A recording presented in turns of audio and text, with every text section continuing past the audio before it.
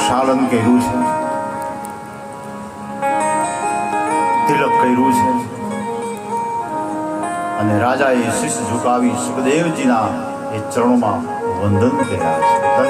ધન્ય હો બાપ, આજે મારું મરણ સુધારવા માટે તમે આવ્યા છો. પધારો બાપજી. રાજા પરીક્ષિત સુખદેવજીની સામે બેઠા છે અને ત્યારે પરમ જ્ઞાની વિરક્ત મહાપુરુષ કહે છે કે રાજા બોલ, શું છે તારા મનની અંદર, જે તારે પૂછવું હોય તે પૂછે. અને ત્યારે રાજાએ પ્રધાન 2 પ્રશ્નો પૂછ્યા છે, બહુ મહત્વના 2 પ્રશ્નો. મહારાજ, જીવ માત્રનું કલ્યાણ શેમાં સમાયું છે એ મને કહો. અને બીજો પ્રશ્ન કે જેનો અંતકાળ નજીક આવી ગયો હોય એને શું કરવું અને શું ન કરવું એ મને કહો. ત્યારે સુખદેવજીએ કીધું કે રાજા, તારા પ્રશ્નો બહુ મહત્વના છે, અવશ્ય હું એનો જવાબ આપીશ.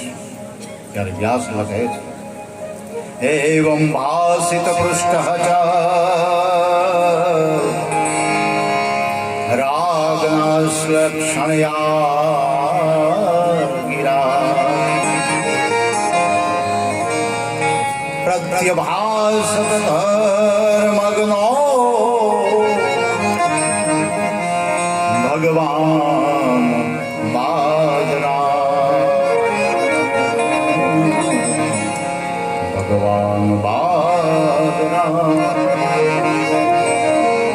2 પ્રશ્નો પૂછ્યા રાજાએ અને એની સાથે ભાગવતના પ્રથમ સ્કંદને પરિપૂર્ણ કરવામાં આવ્યું. અધિકાર લીલા પ્રથમ સ્કંદ પૂર્ણ થાય છે. ઇતિ શ્રી પરમહંસ સંહિતાયા શ્રીમદ ભાગવત મહાપુરાણ વૈયાસિકી સંહિતાયામ અધિકાર લીલા નામ પ્રથમ સ્કંદ પરિપૂર્ણ. બોલીએ શ્રી ગોવર્ધનનાથ વિજય કૃષ્ણ કનૈયાલાલ. પ્રથમ સ્કંદ રૂપી પુષ્પ રાધા કૃષ્ણના ચરણોમાં સમર્પિત કરી આવો ભાગવતજીના દ્વિતીય સ્કંદ તરફ આગળ વધો. દ્વિતીય સોપાન. અધિકાર પૂર્ણ થયો, અધિકાર મળી ગયો. હવે બીજો સ્કંદ છે જ્ઞાન સાધન લીલા છે.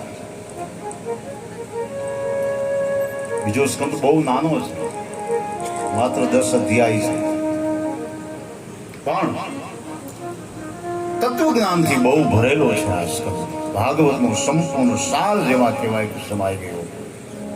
જ્ઞાન પ્રાપ્તિના અનેક